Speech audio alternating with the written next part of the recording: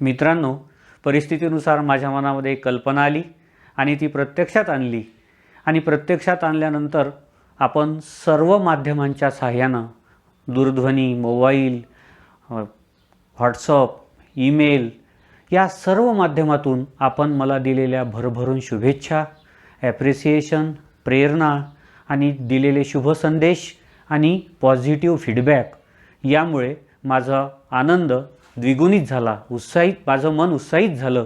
आपण या प्रचंड प्रतिसादाबद्दल आपले मनपूर्वक आभार व्यक्त करतो, मनापासून आभार व्यक्त करतो. धन्यवाद. मित्रांनो, एज्युकेटर्स अकॅडमीमध्ये मी डॉक्टर अविनाश भांडारकर आपलं स्वागत करतो आहे.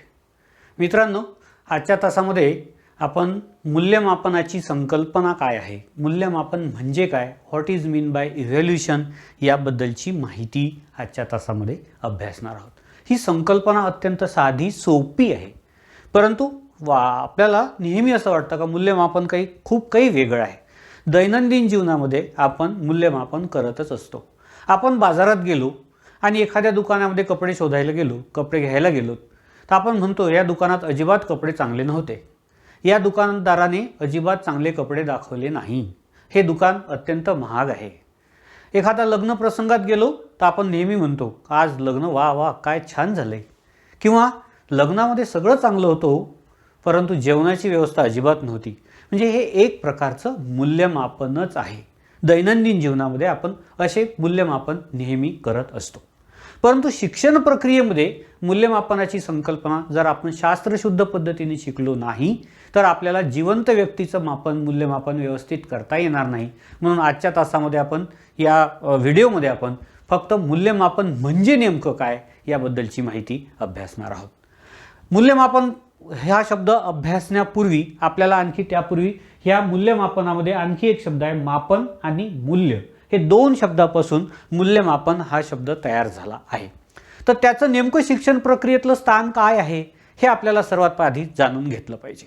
जसं मी नेहमी सांगतो का शिक्षण प्रक्रिया ही एका त्रिकोणाच्या साहाय्यानं आपल्याला, किंवा याला शिक्षण प्रक्रियेचा त्रिकोण हा शिक्षण क्षेत्रामध्ये प्रसिद्ध आहे.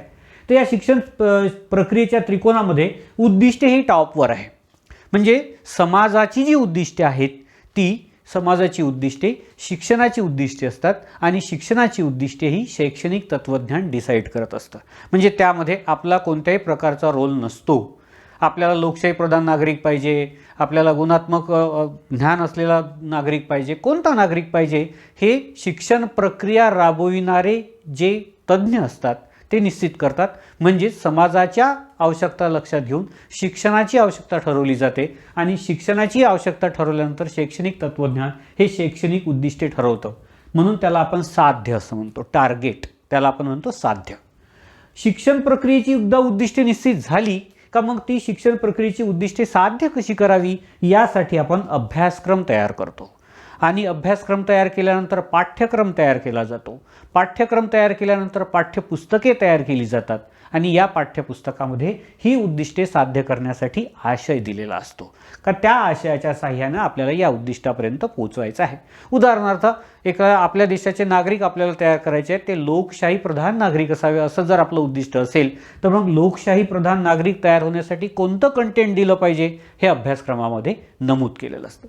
अभ्यासक्रमाच्या सोबतच आणखी शिक्षणाची पद्धती असते, अध्यापनाची पद्धती असते, अध्यापनाचे मॅगझिन्स असतात, अध्यापनाची प्रतिमाने असतात, अध्यापनाची सूत्रे असतात, वेगवेगळ्या पद्धती आपण त्याच्यात शैक्षणिक साधने असतात. या सगळ्यांचा समावेश या अभ्यासक्रमामध्ये होतो. म्हणून याला आपण साधने असं म्हणतो. हे साधने आहे आणि ही उद्दिष्टे कितपत साध्य झाली हे तपासून पाहण्यासाठी आपल्याला मूल्यमापन करायचं असतं. ही साध्य किती प्रमाणात झाली ही उद्दिष्टे, किंवा या साध्यापर्यंत आपण किती पोहोचलो हे तपासून पाहण्यासाठी आपल्याला मूल्यमापन करावं लागतं. त्याला आपण पुरावा असं म्हणतो. म्हणजे शिक्षण प्रक्रियेमध्ये मूल्यमापनाचं स्थान अत्यंत महत्त्वाचं आहे आणि ॲज ए टीचर म्हणून मला चांगलं मूल्यमापन करता येणं हे खूपच गरजेचं आहे. मग मी प्राथमिकचा असो, माध्यमिकचा असो, उच्च माध्यमिकचा असो या सिनियर कॉलेजचा असो, मला विद्यार्थ्यांचं मूल्यमापन व्यवस्थितपणे करता येणं शिक्षण प्रक्रियेमध्ये अत्यंत महत्त्वाचं आहे.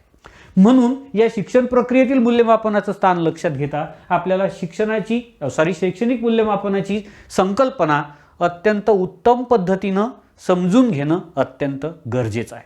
जसं मी सुरुवातीला सांगितलं का मूल्यमापनामध्ये दोन शब्द आहेत, मापन आणि मूल्य. आता मापन म्हणजे नेमकं काय बरं?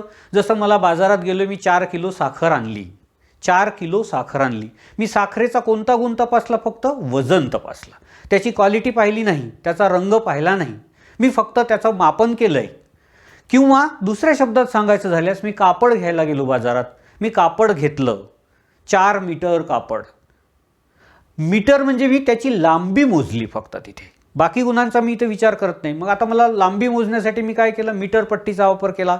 साखर मोजण्यासाठी काय केला? किलोचा माप हे केलं आहे. म्हणजे एखाद्या वस्तूचं विशिष्ट गुणधर्माचं मापन करण्यासाठी विशिष्ट एककाची मदत घ्यावी लागते किंवा विशिष्ट एककाचा वापर करावा लागतो आणि त्याच्या विशिष्ट गुणधर्माचं आपण मोजमाप करतो आणि त्यावरून त्याला संख्यात्मक रूप देतो. 4 पेन, 4 पेन म्हणजे त्यांची संख्याचं आपण मोजमाप केलं आहे. म्हणजे संख्या इथे काय मापन केलं आहे आपण? त्याचा कोणते गुणधर्म, संख्या किती आहे या गुणधर्माचं आपण मापन केलं आणि त्याचे 4 पेन असं सांगितलं. मग ते पेन निळे आहेत, हिरवे आहेत, काळे आहेत, कोणती शाई त्याच्यामध्ये आहे, किती क्वालिटीची आहे याचा विचार नाही, फक्त आपण संख्या मोजली.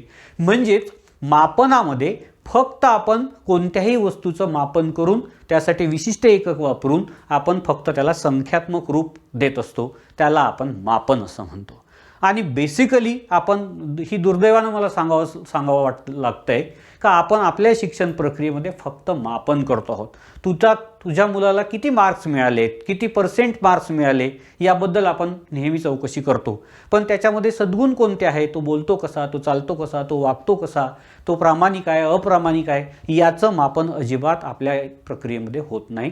फक्त आपण त्या विद्यार्थ्याने किती लक्षात ठेवलं आणि परीक्षेत किती लिहिलं याचं आपण मापन नेहमी करत असतो. म्हणून मापनाच्या पलीकडची जी प्रक्रिया आहे त्याला आपण मूल्यमापन म्हणतो. म्हणजे मापनाला मूल्य आपण जेव्हा ठरवतो किंवा मापनाचं मूल्य आपण ठरवतो त्याला आपण दुसऱ्या शब्दात मूल्यमापन असं म्हणतो. आपण जर व्याख्येच्या स्वरूपात त्याचा विचार केला, पहिल्यांदा एक गोष्ट लक्षात घ्या, अपेक्षित उद्दिष्टे व साध्य झालेली उद्दिष्टे यातील तफावत शोधून भविष्यकालीन कृतीचे नियोजन व अंमलबजावणी करून निष्कर्ष काढण्याच्या प्रक्रियेला आपण मूल्यमापन म्हणतो.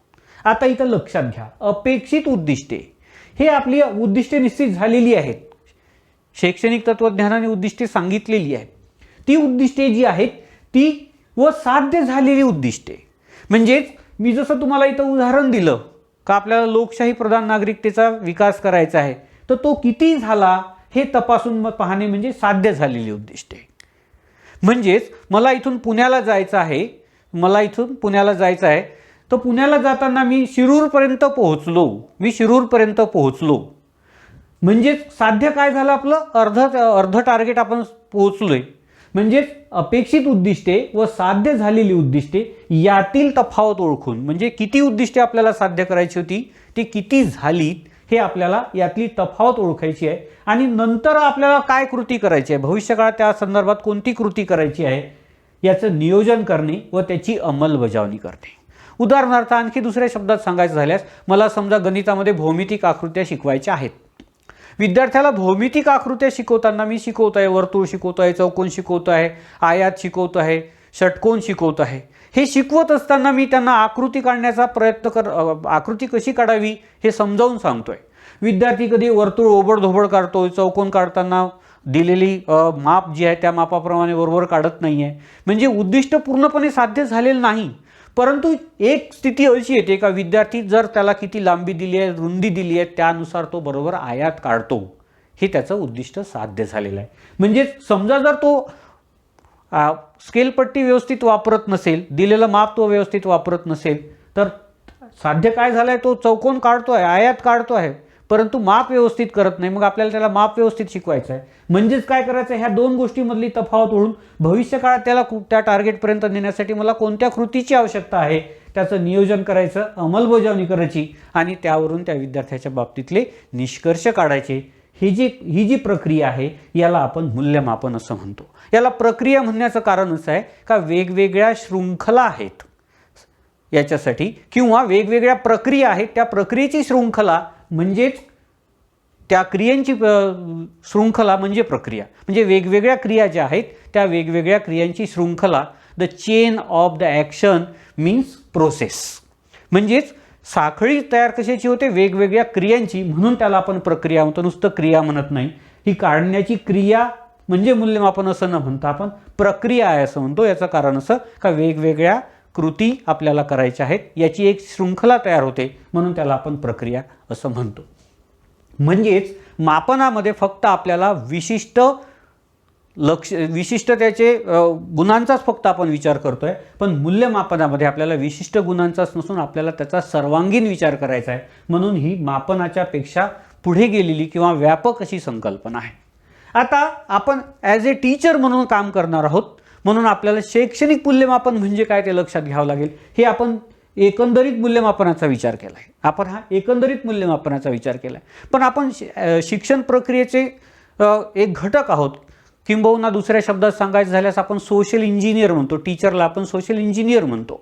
म्हणून हा सोशल इंजिनियर जो आहे त्याला शिक्षण प्रक्रियेत कार्य करायचं आहे, म्हणून त्याला शैक्षणिक मूल्यमापन म्हणजे काय ते लक्षात घेणं अत्यंत गरजेचं आहे. आता शैक्षणिक उद्दिष्टे किती प्रमाणात साध्य झाली याचे पद्धतशीर मापन करण्यासाठी, आता बघा शैक्षणिक उद्दिष्टे किती प्रमाणात साध्य झाली, हे बघा शैक्षणिक उद्दिष्टे हे किती प्रमाणात साध्य झाली याचे पद्धतशीर मापन करण्यासाठी आणि त्यावरून शैक्षणिक प्रगतीची संख्यात्मकता व गुणात्मकता ठरविण्यासाठी. संख्यात्मकता व गुणात्मकता दोन्ही गोष्टी लक्षात घ्या. जसं मी तुम्हाला सुरुवातीला सांगितलं का आपण आपल्या शैक्षणिक पद्धतीमध्ये, आता शैक्षणिक प्रक्रियेमध्ये किंवा परीक्षा पद्धतीमध्ये आपण फक्त विद्यार्थ्याच्या गुणांचं मापन करतो आहोत, पण त्याच्या गुणांचा कधीच विचार करत नाही आहोत. तो प्रामाणिक आहे का, तो अक्षर चांगलं काढतो का, तो बोलतो त्याला चांगलं बोलता येतं का, त्याला बोलण्याच्या प्रक्रियेत काही अडचणी आहेत का, म्हणजे हे त्याचे बाकीचे गुणधर्म आपण कधीच लक्षात घेत नाही. त्याने घेतलेलं ज्ञान तसंच्या तसं त्यानं वाचलं आणि परीक्षेत लिहिलं आणि त्यात त्यानं गुण मिळवले, त्याला आपण संख्यात्मकता म्हणतो. इथे त्यांनी असं म्हटलं आहे, संख्यात्मकता व गुणात्मकता ठरविण्यासाठी वापरली जाणारी व कृतीला प्रवृत्त करणारी. म्हणजे आपल्याला संख्यात्मकता सुद्धा लक्षात घ्यायची आहे आणि गुणात्मकता सुद्धा लक्षात घ्यायची आहे. एखादा व्यक्ती किती शिकला आहे यापेक्षा तो शिकलेला व्यक्ती त्याचं ज्ञान तो किती वापरतो, तो इतरांशी बोलतो कसा, वागतो कसा, त्याचं वर्तन कसं आहे, ह्या सगळ्या गोष्टींचा समावेश गुणात्मकतेमध्ये होतो. व कृतीला प्रवृत्त करणारी प्रक्रिया, इथं सुद्धा आपण प्रक्रिया शब्द वापरतोय.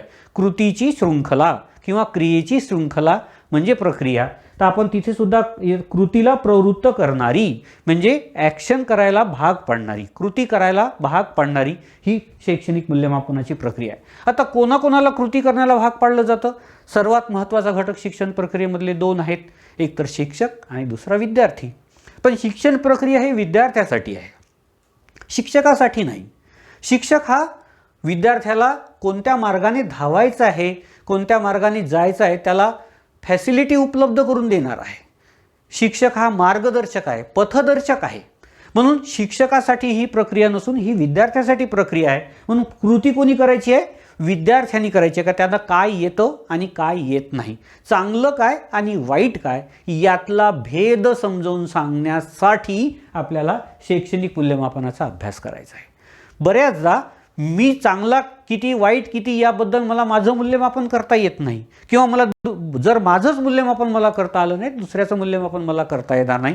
म्हणून शैक्षणिक मूल्यमापनातून विद्यार्थ्याला काय चांगलं आणि काय वाईट, किंबहुना शिक्षणाची व्याख्या सांगताना सुद्धा असं म्हटलं जातं का जोपर्यंत विद्यार्थ्यामध्ये ही कॅपॅसिटी डेव्हलप होत नाही, चांगलं वाईटमधला फरक त्याला समजत नाही, तोपर्यंत त्याचं शिक्षण चांगलं झालं असं आपल्याला म्हणता येत नाही.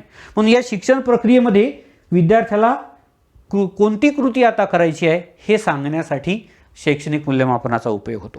दुसरी महत्त्वाची गोष्ट, शिक्षकाने जे काही कंटेंट शिकवलं हे बघा, आपण इथे म्हटलं उद्दिष्टे ठरवल्यानंतर अभ्यासक्रम राबवण्याचं काम शिक्षक करतो. त्यामध्ये विविध साधनांचा वापर करतो, त्यामध्ये तो विविध अध्यापनाच्या पद्धती वापरतो, सूत्रे वापरतो, त्यानंतर त्या प्रतिमाने वापरतो, शैक्षणिक साधने वापरतो. ते किती परिणामकारक ठरली हे सुद्धा आपल्याला याच्यावरून ठरवता येतं. शैक्षणिक मूल्यमापनामध्ये शिक्षकानं किती चांगलं शिकवलं त्यामध्ये काही दोष राहिलेत का, काही त्यामध्ये त्रुटी राहिल्यात का? शिक्षक प्रत्येकजण विद्यार्थ्यांना चांगलं ज्ञान देण्याचा प्रयत्न करतोच, यात शंका नाही, परंतु तरी पण त्यामध्ये काही लॅकुना राहिलाय का हे तपासून पाहण्यासाठी सुद्धा शिक्षण प्रक्रियेमध्ये मूल्यमापनाचं सर्वात महत्त्वाचं स्थान आहे. म्हणून शिक्षण प्रक्रियेमध्ये जी कृती आपण म्हणतोय तर ही कृती विद्यार्थ्यांसाठी पण आवश्यक आहे आणि शिक्षकांसाठी पण आवश्यक आहे. म्हणून त्याची आपल्याला जर एका समीकरणाच्या स्वरूपात शैक्षणिक मूल्यमापन जर सांगायचं झालं तर शैक्षणिक मूल्यमापन बरोबर संख्यात्मक शेरा, म्हणजेच एखाद्या विद्यार्थ्याला किती गुण प्राप्त झाले, त्याला गणितात किती गुण प्राप्त झाले, त्याला विज्ञानात किती गुण प्राप्त झाले हे सांगणं म्हणजे संख्यात्मक शेरा होय. म्हणजे समजा विज्ञानाविषयी गृहीत धरला आपण तर विज्ञानामध्ये त्याला 100 पैकी 90 गुण मिळाले, हे काय झालं? संख्यात्मक शेरा. दुसरा आहे गुणात्मक शेरा. गुणात्मक शेरामध्ये त्या विद्यार्थ्याचा वैज्ञानिक दृष्टिकोन किती विकसित झाला, त्या विद्यार्थ्याला प्रायोगिक कौशल्य किती आत्मसात झालं, तो निरीक्षण किती चांगल्या पद्धतीने करू शकतो, तो ॲपरेटसची मांडणी कशी करू शकतो, तो विज्ञानाचे सूत्र कसे लक्षात ठेवू शकतो, हे सगळे जे सद्गुण आहेत हे गुणात्मक शेऱ्यामध्ये येतात. संख्यात्मकमध्ये फक्त त्याला किती गुण प्राप्त झाले, परंतु गुणात्मक शेऱ्यामध्ये त्याने त्या विज्ञानातील कोणकोणत्या गोष्टी आत्मसात केल्या, त्यांना प्रायोगिक कौशल्य किती आत्मसात केलं, त्यांनी कुठले तक्ते वाचण्याचं किंवा त्यासाठी वापरण्यात येणारे विविध साधन आहेत, सूक्ष्मदर्शक यंत्र आहे, त्याचा तो वापर कसा करतो, म्हणजे वेगवेगळे याचा त्याचे सद्गुण जे आहेत ते गुणात्मक शेऱ्यामध्ये येतात. आणि नंतर शिक्षकाचा अभिप्राय. समजा एखादा राम नावाचा विद्यार्थी आहे, त्याला 90 गुण मिळाले आणि त्याला प्रयोग चांगला करता येतो, प्रयोगाची मांडणी चांगली करता येते, वैज्ञानिक दृष्टिकोन विकसित झाला, पण तो अत्यंत खोडकर आहे, तो अप्रामाणिक आहे, हे शिक्षकाचा शेऱ्यामध्ये त्याचा समावेश होतो. शिक्षक शेवटी त्याबद्दल, त्या विद्यार्थ्याबद्दल तो प्रामाणिक आहे, मेहनती आहे, अत्यंत कुशल कौशल्य त्याच्यामध्ये आहे, अत्यंत चांगल्या कौशल्य तो आत्मसात त्यांनी केलेली आहेत, म्हणजे शिक्षकाच्या शेऱ्याचा सुद्धा त्याच्यामध्ये समावेश होतो. म्हणून मापनामध्ये फक्त एखाद्या कृतीचे फक्त विशिष्ट सद्गुणांचा किंवा विशिष्ट गुणांचाच विचार केला जातो, मात्र मूल्यमापनामध्ये विद्यार्थ्याच्या सर्वांगीण विकासाचा विचार केला जातो. का विद्यार्थ्याचे गुणात्मक आणि संख्यात्मक या सर्व बाबींचा विचार करून तो आंतरबाह्य कसा, एखाद्या पर्सनॅलिटीचा जेव्हा आपण विचार करतो तो दिसतो कसा, यापेक्षा तो बोलतो कसा, तो वागतो कसा, तो आंतरक्रिया कसा करतो, तो इतरांना समजून कसा घेतो, इतरांबद्दल चर्चा कशी करतो, त्याची बुद्धिमत्ता काय, या सगळ्या गोष्टींचा विचार पर्सनॅलिटीमध्ये केला जातो. आपण पर्सनॅलिटी म्हटलं का फक्त बाह्य गुणांचा विचार करतो, परंतु पर्सनॅलिटीचा जसा आपण आंतरबाह्य विचार करतो तर तशी पर्सनॅलिटी डेव्हलप करण्यासाठी आपल्याला विद्यार्थ्याचे संख्यात्मक, गुणात्मक आणि शिक्षकाने दिलेल्या शेऱ्यांचा सर्वांचा विचार करून त्या विद्यार्थ्याचं मूल्यमापन करावं लागतं. आशा आहे तर हे मी जे तुमच्यासमोर सगळं मूल्यमापनाची संकल्पना मांडलेली आहे, या संकल्पनेवरून तुम्हाला नेमकं शैक्षणिक मूल्यमापन म्हणजे काय ते समजलं असेल. सरतेशेवटी तुम्हाला एक गोष्ट सांगतो का हे चॅनल तुमचं आहे आणि या तुमच्या चॅनलमध्ये अशी मी तुम्हाला माहिती पुढे भविष्यात देणार आहेत, वेगवेगळ्या संकल्पना तुम्हाला स्पष्ट करून सांगणार आहेत. म्हणून तुम्हाला जर असं वाटत असेल का हे मला शिकलं पाहिजे तर या चॅनलला तुम्ही सबस्क्राईब करा, कारण हे चॅनल तुमचं आहे. एज्युकेटर्स अकॅडमी ही तुमची आहे. मी माझा हा प्रयत्न, प्रामाणिक प्रयत्न तुमच्याजवळ, माझ्याजवळ असलेले अनुभव तुमच्यापर्यंत शेअर करण्याचा प्रयत्न करणार आहेत. विद्यार्थी मित्रांनो, धन्यवाद.